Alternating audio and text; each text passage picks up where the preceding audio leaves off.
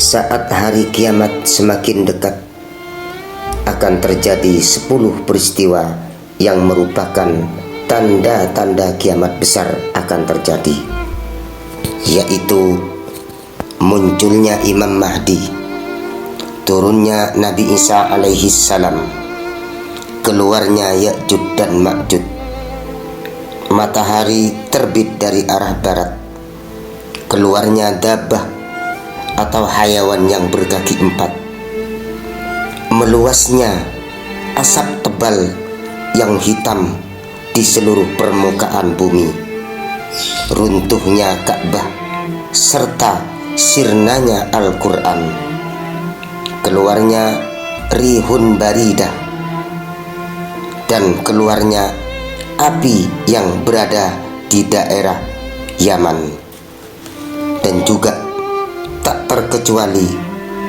munculnya seseorang manusia yang merupakan keturunan bangsa Yahudi, yaitu Dajjal laknatullah. Dia dilahirkan pada masa kehidupan baginda Nabi alaihi salatu wassalam. Orang-orang Arab pada waktu kecilnya dia disebut dengan sebutan Ibnu Sayyid. Ada yang mengatakan Ibnu Sa'id. Setelah besar, bentuk badannya melebihi manusia pada umumnya, dan tidak ada seorang pun yang dapat membandinginya.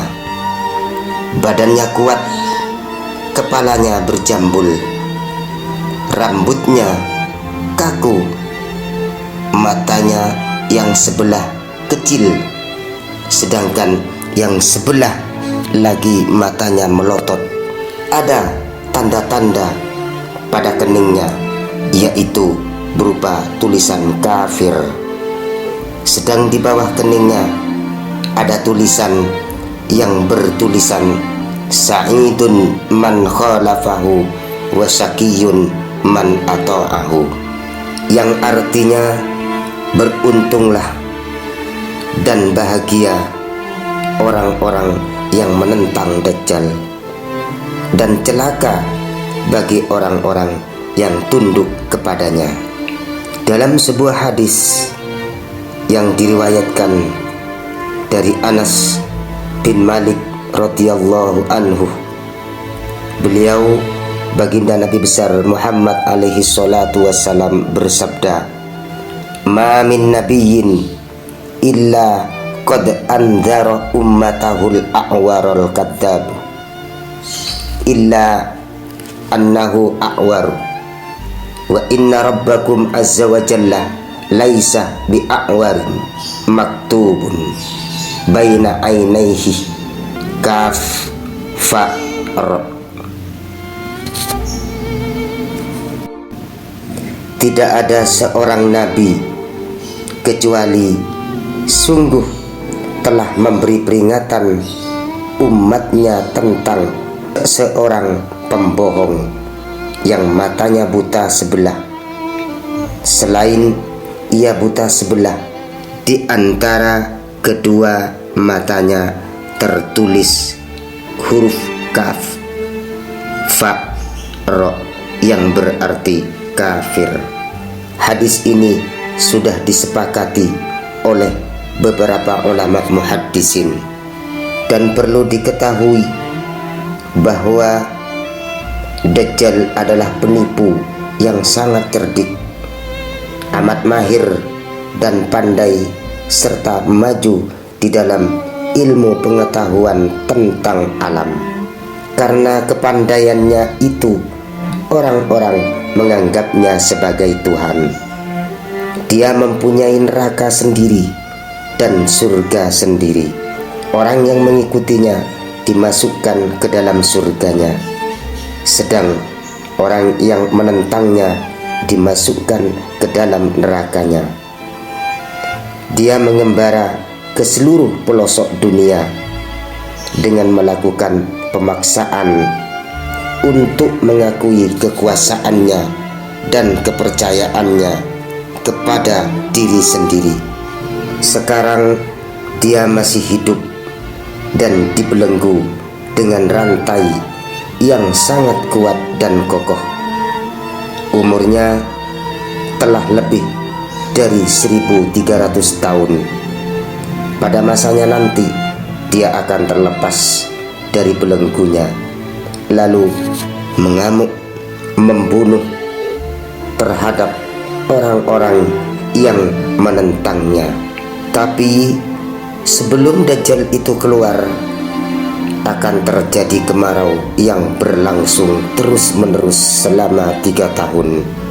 Sebagaimana Rasulullah alaihi salatu wassalam bersabda, anna qabla khurujahu salasatu a'wamin tumsikus sama fil am al-awwal sulusu qatriha wal ardu sulusu nabatiha wal am al-thani tumsikus sama'i sulusai qatriha wal ardu sulusai nabatiha wal am al-thalis tumsikus sama'i qatriha wal ardu nabatiha hatta la yabqa ala wajhil ardi data kharasin wala data dolafin illa mata.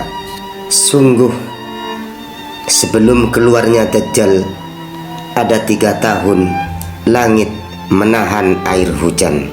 Pada tahun pertama langit menahan 1/3 tetesan air hujan dan bumi menahan 1/3 tumbuh-tumbuhannya.